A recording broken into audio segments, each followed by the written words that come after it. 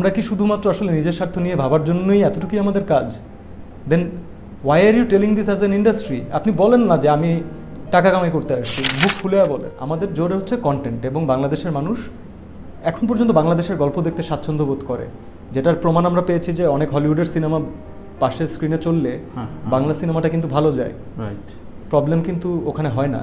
তার মানে দর্শক বাংলা সিনেমা দেখতে চাচ্ছেন, আগের থেকে তো অ্যাটলিস্ট বেড়েছে, and people are going nuts না, তারা দেখে কত এনজয় করছে।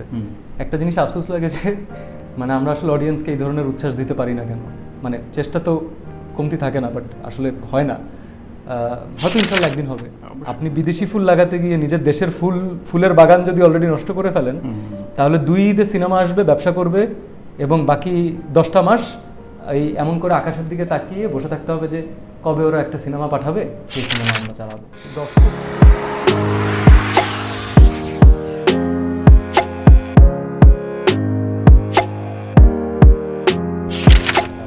দর্শককে এন্টারটেইন করতে পারে এবং দর্শককে বিশ্বাসযোগ্যতা তৈরি হয়েছে এমন অ্যাক্টরের সংখ্যাও কম, এমন ডিরেক্টরের সংখ্যাও কম, এবং সেই অল্প সংখ্যক মানুষ যাদেরকে দিয়ে ইন্ডাস্ট্রি এক্সপেক্ট করে, তারা তাদের একটা বড় ইনভেস্টমেন্ট নিয়ে তারা একটা সিনেমা রেডি করে। একজন প্রডিউসার তার ইনভেস্টমেন্ট নিয়ে রেডি করে।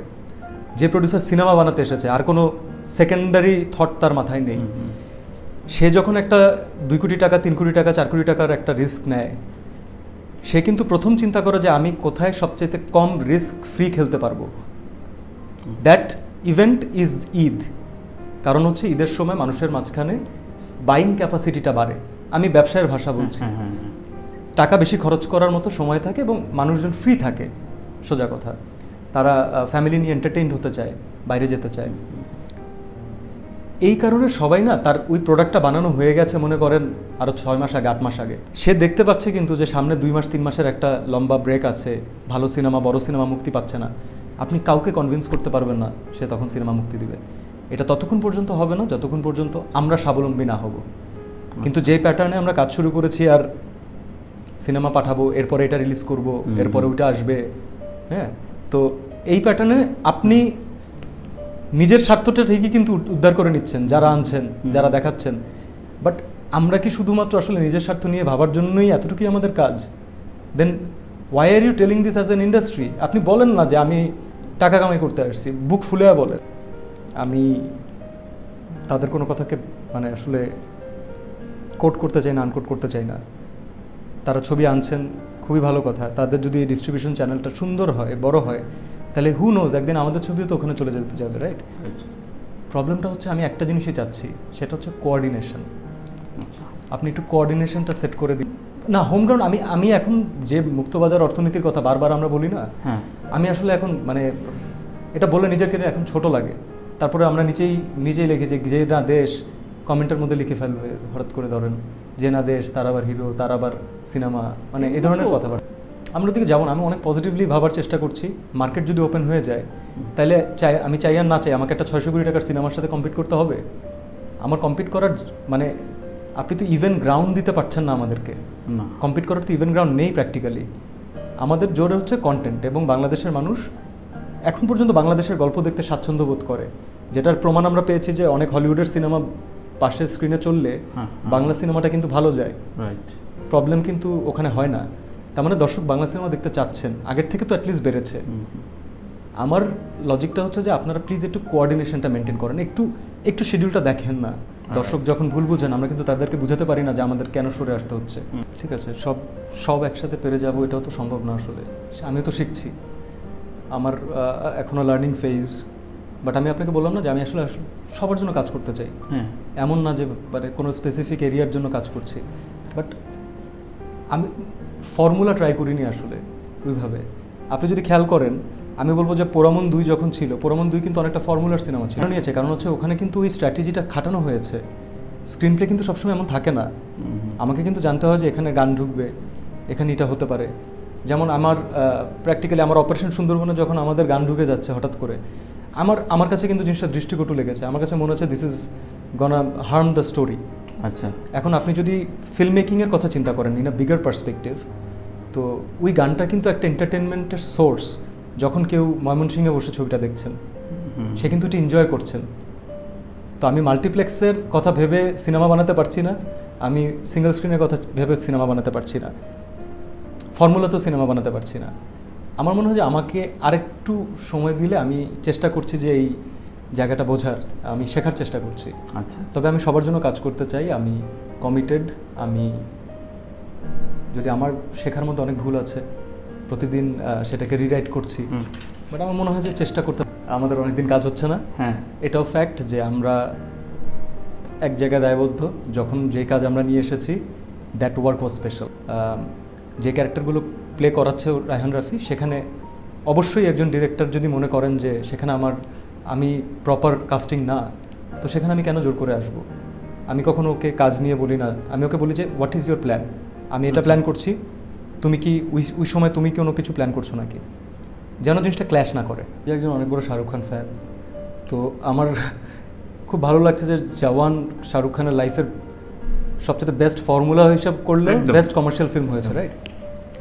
And people are going nuts, না? তারা দেখে কত এনজয় করছে। একটা জিনিস আফসোস লাগে যে মানে আমরা আসলে অডিয়েন্সকে এই ধরনের উচ্ছ্বাস দিতে পারি না কেন। মানে চেষ্টা তো কমতি থাকে না, বাট আসলে হয় না। হয়তো ইনশাল্লাহ একদিন হবে। তবে আমাদের না পলিসি মেকিংয়ে অনেক ঝামেলা আছে, এগুলো নিয়ে কথা বলতে চাই না। এগুলো নিয়ে কথা বললে মানুষজন ভুল ইন্টারপ্রেট করে। আমি আপনাকে জাস্ট একটা সহজভাবে বলি, আপনি সিনেমা হল বাঁচানোর জন্য বিদেশি সিনেমা আনলেন, বিদেশি will include Hindi cinema, every cinema আপনি আনলেন, আমার আনাতে কোনো প্রবলেম নেই, হলে বাঁচানোর জন্য। জি, সেটা হলে গেল এবং হলে বেশ ভালো চলছে। হলটা বাঁচানোর পরে এই হলটা বাঁচানোর দরকার কেন? যেন আপনার ইন্ডাস্ট্রি গ্রো করে, তাই তো? একদম। ইন্ডাস্ট্রি কী দিয়ে গ্রো করে? ইন্ডাস্ট্রি তো আপনার নিজের ছবি দিয়ে গ্রো করে, বাইরের ছবির উপর ডিপেন্ড করে তো ইন্ডাস্ট্রি গ্রো করে না। সৌদি আরব থেকে শুরু করে অনেক দেশে সিনেমা হল কিন্তু স্ট্যাবলিশ হয়ে গেছে, সেখানে কিন্তু সৌদি আরবের বানানো সিনেমা দেখাচ্ছে না, ওরা বাইরে থেকে সিনেমা আনছে, ওরা কিন্তু বলে না আওয়ার ফিল্ম ইন্ডাস্ট্রি। বাংলাদেশের এটা তো আমাদের, ছোট হোক বড় হোক, আমাদের ফিল্ম ইন্ডাস্ট্রি। আপনি ছবি আনলেন নিজের সিনেমার উন্নতির জন্য, এবং আপনার যেই সিনেমাটা দিয়ে বছরের সবচেয়ে বেশি ইনভেস্টেড সিনেমা, যে সিনেমাটা বানাতে আপনার নিজের কলিগরা 3 বছর ধরে কি পরিশ্রম করছে আপনি দেখতে পাচ্ছেন, আপনাদের একটা টাইম লাইন নাই? আপনারা একটা খবর নেবেন না যে কোন সিনেমাটা রিলিজ ডেটটা কবে ডিক্লেয়ার করা হয়েছে? আই ওয়াজ দি ওয়ান যে who became vocal about it and I said যে না, আই ডোন্ট লাইক ইট। মানে আমি এটার সাথে যদি শুধুমাত্র সিনেমাটাকে ভালো না বাসতাম, আমি মেবি প্রমোশনে অ্যাটেন্ড করতাম না। আচ্ছা, কিন্তু এটা আমার সিনেমা, আমি জানি, এবং আমি দর্শককে সেই মেসেজটা দিতে চাই। ডেট পিছানো আমার জন্য খুবই বিরক্তিকর একটা বিষয়। আমার নিজের লাইফের কাজ নষ্ট হচ্ছে, এটা অন্য কথা। আমার কথা হচ্ছে আমি দর্শকদের কাছে তো আমার এক্সপেকটেশন নিয়ে আমার মুখের কথার দাম থাকলো কি তাহলে? একদমই।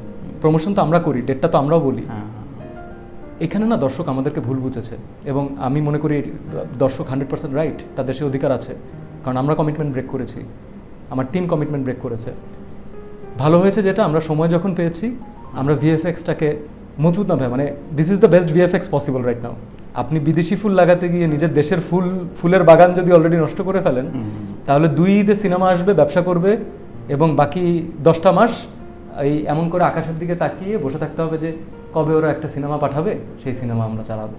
2021-এ যেটা আমার রিয়েলাইজেশন, সব কিছু প্রাপ্তি, হারানোর কিচ্ছু নেই। কিছু কাছের মানুষ চলে গেছেন, এটা বাদে আমার লাইফে কোনো নেগেটিভিটি নেই। আমার লাইফে যা আছে সব কিছু পজিটিভিটি, আলহামদুলিল্লাহ, আলহামদুলিল্লাহ। এবং আল্লাহ তাআলার কাছে শুকরিয়া আদায় করি যে যতটুকু পেয়েছি, যা পাচ্ছি, তা কখনো এক্সপেক্টই করিনি। আমার কাছে মনে হয় শুকরিয়া আদায় করাটা এই সময় খুব বড় একটা বিষয়। তারা তাদের জায়গায় অবশ্যই রাইট, কারণ তারা শুধু আমার ব্লেসিং দেখেছে, তারা আমার হার্ডওয়ার্ক দেখেননি।